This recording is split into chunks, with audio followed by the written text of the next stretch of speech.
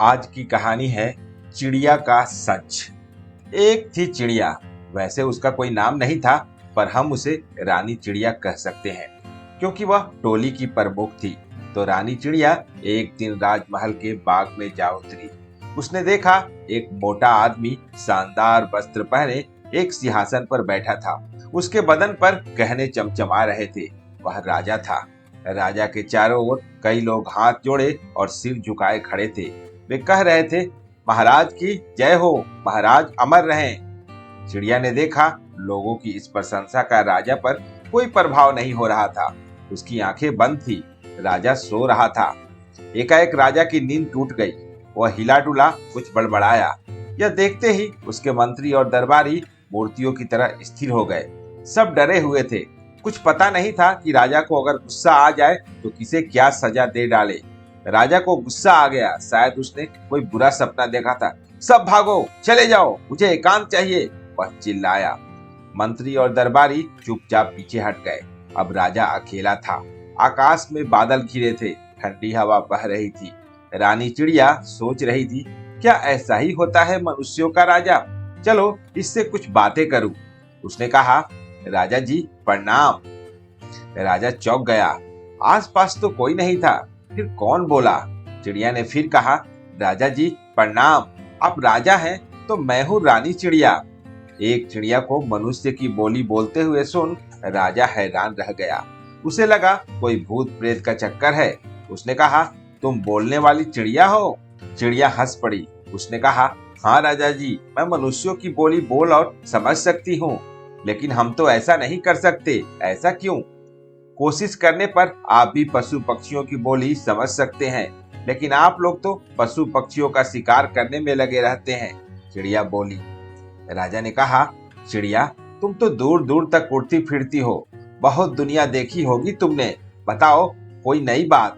मैं तो एक तरह की बातें सुन सुनकर ऊब चुका हूँ। राजा ठीक कह रहा था। हर समय उसे चापलूस दरबारी घेरे रहते थे, जिसका बस एक ही काम था, राजा की झूठी तारीफें करके उसकी नजरों में ऊंचा उठने की कोशिश करते रहना। चिड़िया ने कहा, मैं बहुत दूर नहीं जाती, सारा दिन दाना जुटाने में ही चला जाता है, लेकिन अभी अभी मैंने एक भयानक दृश्य देखा था। आपके दो सैनिक दो गांव वालों को पूरी तरह मार रहे थे। वे चोरी की शिकायत करने गए थे, पर सैनिकों ने उन्हीं बेचारों को चोर बताकर कारागार में बंद कर दिया। मेरे राज्य में ऐसा अन्याय नहीं, ऐसा नहीं हो सकता, राजा ने तुरंत कहा। महाराज मैं भला झूठ क्यों बोलूंगी? असल में तो साधारण जनता के साथ आपके सैनिक ऐसे ही पेश आते हैं। मैंने घोषणा कराई है, कोई भी दरबार में आकर अपनी बात कह सकता है, और जनता आती भी है। मैं इस घटना की जांच कराऊंगा। राजा को गुस्सा आ रहा था। ठीक है, मैं कल फिर आऊंगी, कहकर चिड़िया उड़ गई। असल में उसने ठीक कहा था। राजा के कर्मचारी गरीब जनता के साथ ऐसा ही बुरा व्यवहार करते थे, लेकिन राजा को कुछ पता नहीं चलता था। मंत्री, सेनापति तथा दूसरे बड़े अधिकारी उसे यह बताते रहते कि प्रजा बड़ी सुखी है, किसी को कोई शिकायत नहीं है। राजा ने मंत्री से पूछा, मैंने सुना है सैनिकों ने दो निर्दोष लोगों को ही चोर बताकर कारागार में डाल दिया। सुनकर एक बार तो मंत्री कांप गया। उसकी तो समझ में ही नहीं आया कि राजा को यह बात पता चली तो किस तरह। वैसे बात सही थी। वे दो आदमी मंत्री के विरोधी के रिश्तेदार थे, इसीलिए उनके साथ ऐसा व्यवहार किया गया था। मंत्री ने हाथ जोड़कर कहा, हमारे महाराज के न्याय की रोशनी में अन्याय का अंधेरा रह ही नहीं सकता। किसी ने आपको गलत सूचना दी है। न ऐसा कभी हुआ है, न होगा। मैं आपके संकेत पर अपने प्राण न्यौछावर कर सकता हूँ। राजा का क्रोध शांत हो गया। वह सोचने लगा, मैं भी कैसा हूँ। एक नन्ही सी चिड़िया के कहने पर अपने निष्ठावान मंत्री पर ही संदेह कर बैठा। उस दिन राजा का मनोरंजन करने के लिए मंत्री ने दो नटों को बुलवाया। नटों के करतब देखकर राजा बहुत ही प्रसन्न हुआ। चारों ओर से जय जयकार की बौछारें हो रही थी। नटों को पुरस्कार देने के साथ साथ राजा ने मंत्रियों को भी मोतियों की मालाएं उपहार में दी। लेकिन फिर भी उस रात बहुत देर तक राजा को नींद नहीं आई।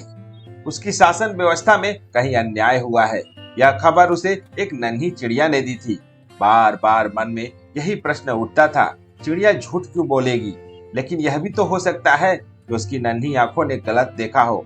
नन्हे कानों ने गलत सुना हो। मेरे सब अधिकारी बहुत ईमानदार हैं। उस रात सोया तो मंत्री भी नहीं। उसके इशारे पर बहुत से विरोधियों को चुपचाप पकड़ लिया गया। वह जानना चाहता था कि राजा को कौन ऐसी खबरें दे रहा था। अपने हर विरोधी को कुचल डालने की योजना बना ली मंत्री ने, लेकिन राजा को कुछ पता नहीं था। वह नरम सैया पर सुख की नींद सो रहा था। अगले दिन राजा फिर राजमहल के उद्यान में सैर करने लगा। चिड़िया वहां आई हुई थी, पर जब तक एकांत नहीं हुआ उसने कुछ नहीं कहा। जैसे ही मौका मिला, चिड़िया उड़कर राजा के सामने जा बैठी। उसने कहा, राजा, जो कुछ कल बताया था आज उससे भी भयंकर कांड देखा है मैंने। राजा ने कहा, चिड़िया, तुम्हारी खबर गलत थी और मैं जानता हूँ आज भी तुम मुझे जो कुछ बताओगी वह भी कुछ वैसा ही होगा। जानती हो, मैं कल रात देर तक सो नहीं पाया। तुमने मेरे मन में संदेह के बीज डाल दिए हैं। अगर मैं तुम्हारी सूचना पर विश्वास करने लगूं तो मेरी व्यवस्था चौपट हो जाएगी। मैं अपने सच्चे, अच्छे, ईमानदार अधिकारियों पर ही अविश्वास करने लगूंगा। उस हालत में मेरी राजकाज कैसे चलेगा? अब तुम्हारी तरह मेरे पंख तो है नहीं जो उड़कर सबका हाल चाल लेता फिरूं। राजा, मेरी खबर गलत नहीं थी और जो कुछ आज मैं आपको बताने वाली थी वह भी सच है। आप कैसे राजा हैं जो न सच जानते हैं और न सच का पता लगाना जानते हैं। बस बस, तुम हो एक नन्ही चिड़िया। राजकाज कैसे चलता है यह भला तुम क्या जानो। जो रोज करती हो वही करती रहो। अब मेरे पास आकर मुझे उल्टा सीधा पाठ मत पढ़ाना। वैसे भी बोलने वाली चिड़िया मैंने पहली बार देखी है। अगर तुम चाहो तो मैं तुम्हें सोने के पिंजरे में स्थान दे सकता हूँ। राजा के इशारे पर चिड़िया को पकड़ने के लिए उस पर जाल फेंका गया, लेकिन वह बचकर उड़ गई। जोर जोर से धड़कते दिल से उड़ती हुई चिड़िया सोच रही थी, अब ऐसी गलती नहीं करूंगी। कम से कम किसी राजा से सच नहीं कहूंगी। चिड़िया जान गई थी अगर फिर कभी उसने राजा को सच बताने की कोशिश की तो उसके प्राण नहीं बचेंगे। वह फिर कभी राजा के पास नहीं गई।